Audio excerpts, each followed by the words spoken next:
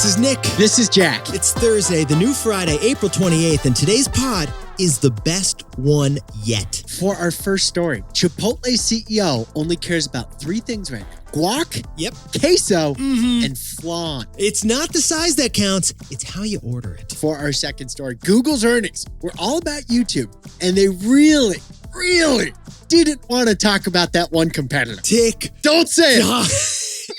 Is it you talk or is it tick two? For our third and final story, it's Pollen. They just raised $150 million to get you front row seats at your next group vacation. Jack, the future of vacation is travel entertainment. But before we hit that wonderful mix, Fantastic mix for a new Friday, Jack. let's take a moment to appreciate the pineapple, which is a pine cone that wants a lot of attention. Jack, it's honestly a more glamorous fruit on the inside because you get that bite of like tarty sweetness. It always makes my tongue numb. It's charming. Now, a whole pineapple costs about $4 at a grocery store. But Jack, how much were you ringing up on a pineapple 300 years ago? It used to cost $8,000.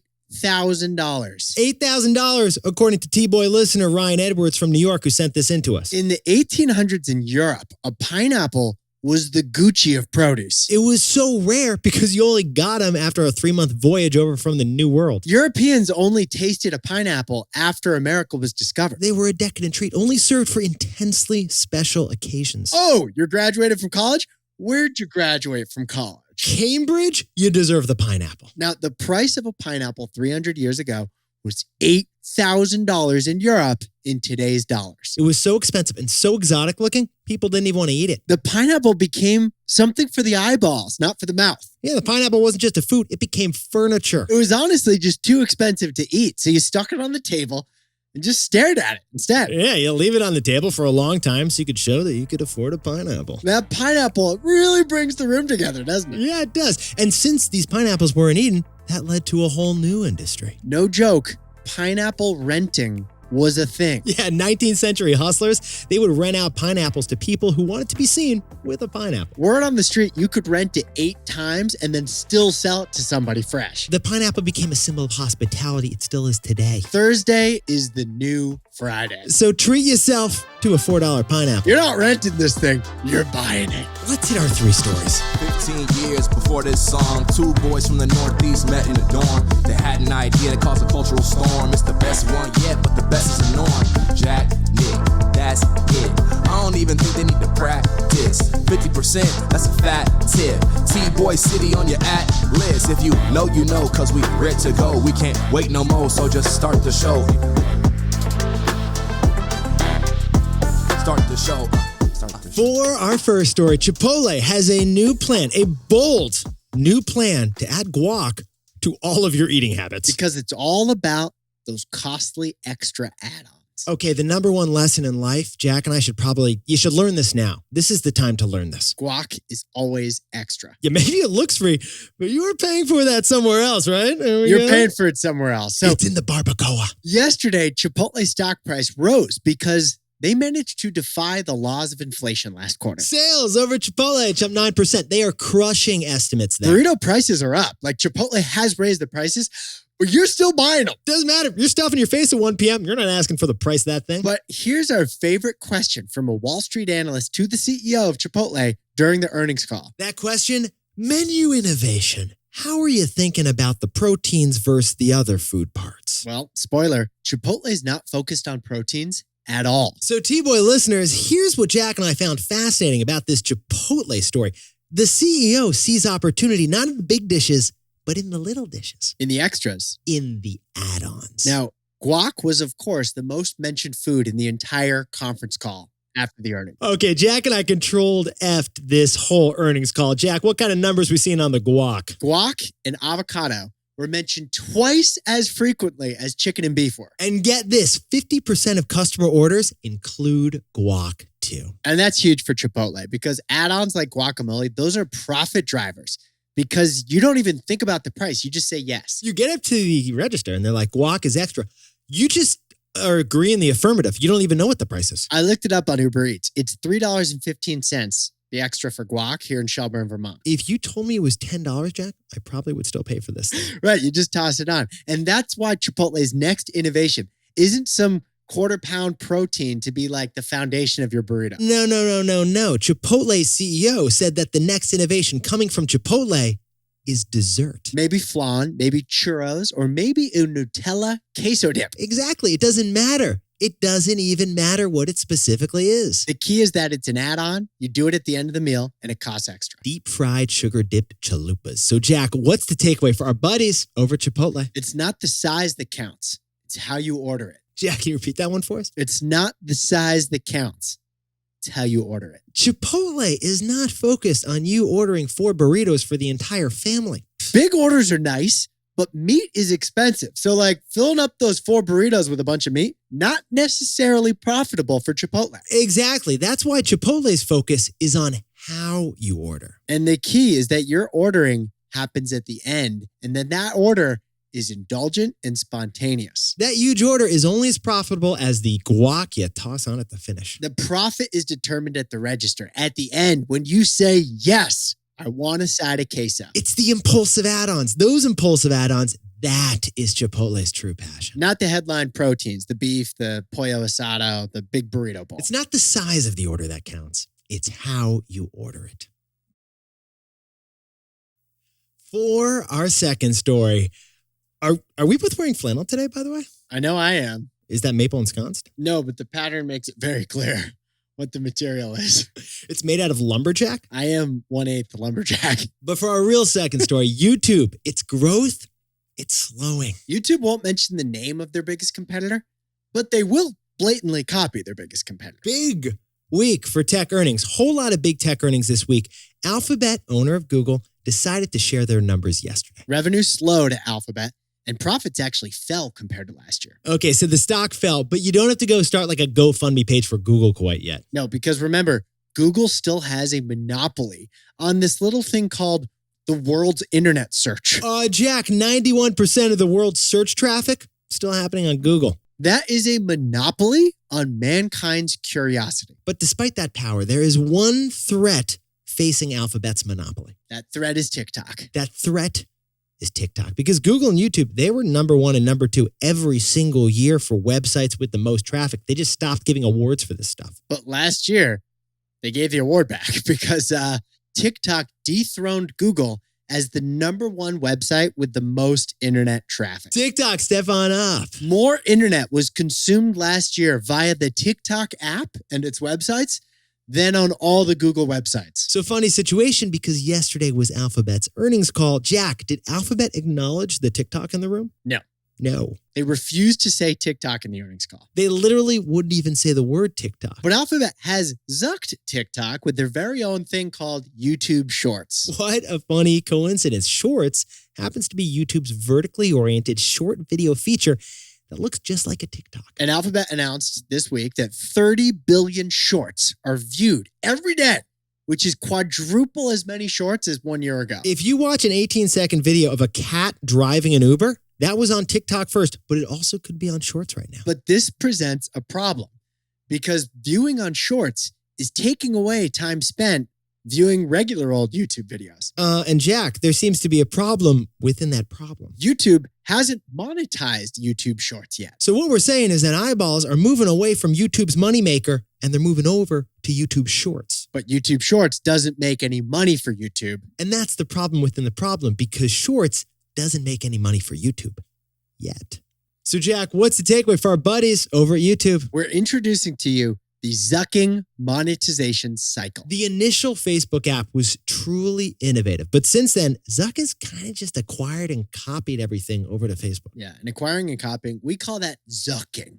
And that's what YouTube has done with YouTube Shorts. Okay, let's walk through the 4 stages here. Jack, step 1 of a zucking, observe the threat. In this case, the threat to YouTube was TikTok. Jack, step 2 of a zucking, copy that threat. In this case, that's YouTube Shorts. Step 3 of the zucking, promote the copycat. YouTube has pushed Shorts hard, and that's helped contribute to quadrupling of viewing on Shorts. Which leads to step 4 of zucking, monetize the zucking. Bloomberg reported yesterday that YouTube is now jamming ads between those little videos you watch on YouTube Shorts. Jack, that kind of looks like stage 4 of YouTube, Zuck and TikTok. YouTube has reached stage 4 of their zucking of TikTok. And that could bring growth back to YouTube's revenues. And now word about our sponsor, Robinhood. We see ads all the time. All over the place, $10 off this $5 promo code for that, Jack. You can buy 3 suits, you can get 1 free. But something we always thought was cool about Robinhood, the free stock promo. Yeah, this was wild. The promo isn't like some X amount of dollars. It's 1 stock. If you signed up for Robinhood, they'd thank you with a single share in a publicly traded company on the house. And that free stock promo, it actually helped drive Robinhood's growth and got new users in the stock market right away. One of the most creative moves in promotional history. So when Robinhood became our sponsor, naturally, Jack and I said, we got to do the free stock giveaway. If you're not on Robinhood yet and want to get started, go to Robinhood.com/tboy and choose your free stock. That's Robinhood.com/TBOY. Certain limitations apply. All investments involve risk. Robinhood Financial LLC, member SIPC. Robinhood is no longer affiliated with us or the podcast. For our third and final story, Pollen is offering pre-planned epic trips, and they just raised $150 million. Pollen thinks the future of travel isn't just seeing Bieber, it's all-inclusive Bieber. The full Bieber experience. By the way, technically spring break is over right now, and you know that means one thing, Jack, right? Yeah, it means you're too late to plan your summer break. Like on JetBlue right now, it costs more to fly to Nantucket than to buy a house on Nantucket. Basement view room? What is a basement view room? Oh, I'm sorry. It's not even available anymore. Fantastic. Well, the startup Pollen books curated group vacations for next year, apparently. And they just raised $150 million of venture funding to reach a $500 million valuation. Based in London, Pollen offers planned group vacations, but the key is this. They are all based on one single event. Right. The vacation is all about this one big event, which tends to be a concert or a music festival. They call it travel entertainment because they made up a word and now no one can question them on that word. So let's say you and all your buddies are hardcore believers, okay? Yeah, and you're free in August. Right. Pollen has an entire August vacation for your whole group.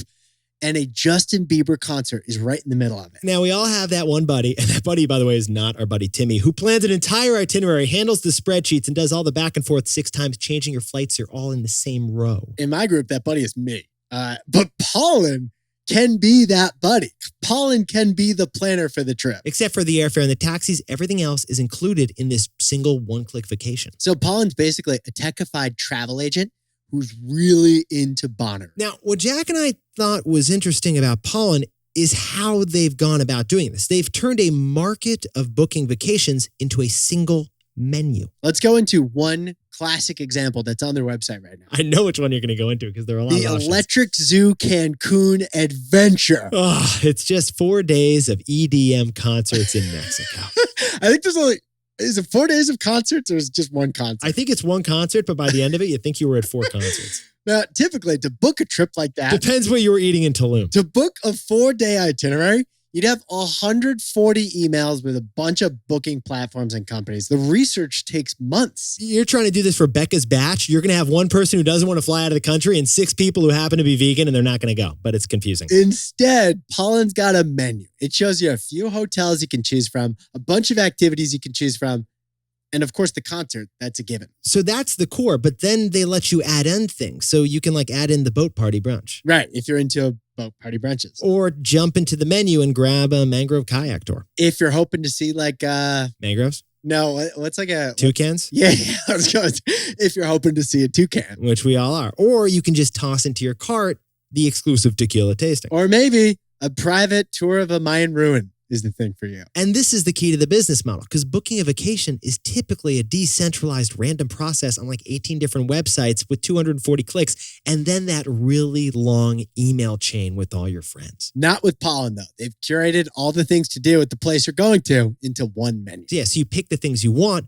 like ordering off the menu at your favorite tapas bar. So Jack, what's the takeaway for our buddies over at Pollen? The future of travel is personalized and premium. The 2 Ps, just last week, Delta's CEO said that they're seeing a shift at Delta in how you are spending on your Delta Amex card. And Jack, we can absolutely attest to this. Apparently, you're spending more on seat upgrades, so you want a little leg room, and you're also spending more on travel agents. You want something that's just for you. Now, this isn't just like escape travel to get away from your pandemic bunker. This is different. This is treat yourself travel. Pollen sees that trend, and that's probably why they just got $150 million in funding, because their platform is all about those two P's of travel. It's all about the personalized and it's all about the premium. Jack, can you and that fantastic flannel whip up the takeaways for us over there? Chipotle's profits are driven by last-minute add-ons that are expensive, but you don't care, like guac. It's not the size of the order that counts, it's how you order it. Ain't that the truth? For our second story, YouTube's growth is slowing because of TikTok. Yeah, but YouTube's entering a stage 4 of the zucking monetization cycle. It's highly technical. For our third and final story, Pollen. It offers fully planned epic group trips. All thanks to the two P's of travel, premium and personalized.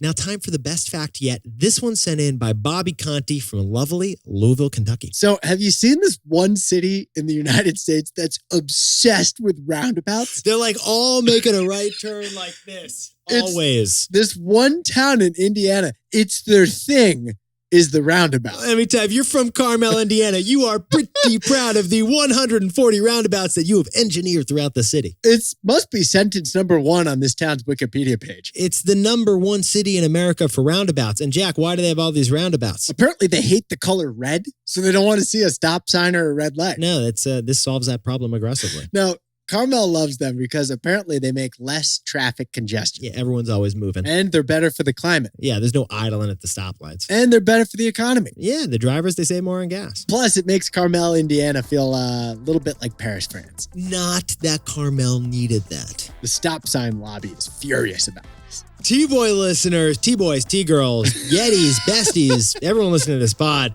you look fantastic today. And if you haven't yet, check out T-Boy Pod on YouTube and Instagram. Yeah, give us the follow, and Nick and I will see you tomorrow. If you know, you know. And before we go, a happy birth to listener Miles Finley, who was just born and weighs 6 pounds and 12 ounces. Happy birthday to Miles and Miles's parents. And belated happy birthday to Renee Escobar down in Miramar, Florida. Happy 33rd to Blake Lukowitz in Phoenix, Arizona. And Roden Medicar, happy birthday over in Spain. Happy golden birthday to Fran C. in New York City. And Tim Takao turning 31 in Calabasas, California. Happy first birthday to Calla Ray in the stroller with her mom in Florida. And good luck to Quinn Lambert prepping for the big band performance in Menifee, California. And congrats to Brian Levy for graduating down in Buenos Aires. Luke B. got a new job over in Chicago, logistics. Congrats to Amy on the new gig in sustainability in Stamford, Connecticut. Jared Lewis, happy 12-year work anniversary in public education. And to anyone else celebrating something today, make it a T-Boy. Wherever you are, celebrate the wins. This is Jack. Nick and I both own stock of Chipotle and Robinhood. And now a word from our sponsor, Robinhood. The first time we swiped up to buy a stock on Robinhood, whoa. Yeah, Jack, you get like that zzz, like little vibration. Boom, you've done a trade. It wasn't just an incredible app. Robinhood added incredible resources too. It started with the Help Center. Everyone has that. Then came Robinhood Snacks, digestible financial news. Then came the newsfeed, providing free third-party news from trusted sources. And then came Robinhood Learn, a huge trove of articles explaining what the heck an ETF is. Yeah, spoiler, it's like a stock smoothie. Jack and I actually wrote the article on that one. If you're not on Robinhood yet, want to get started, go to Robinhood.com/T-Boy and choose a free stock. That's Robinhood.com/TBOY. Certain limitations apply. All investments involve risk. Robinhood Financial LLC, member SIPC. And by the way, Robinhood is no longer affiliated with us or the podcast. Depends what you were eating in Tulum.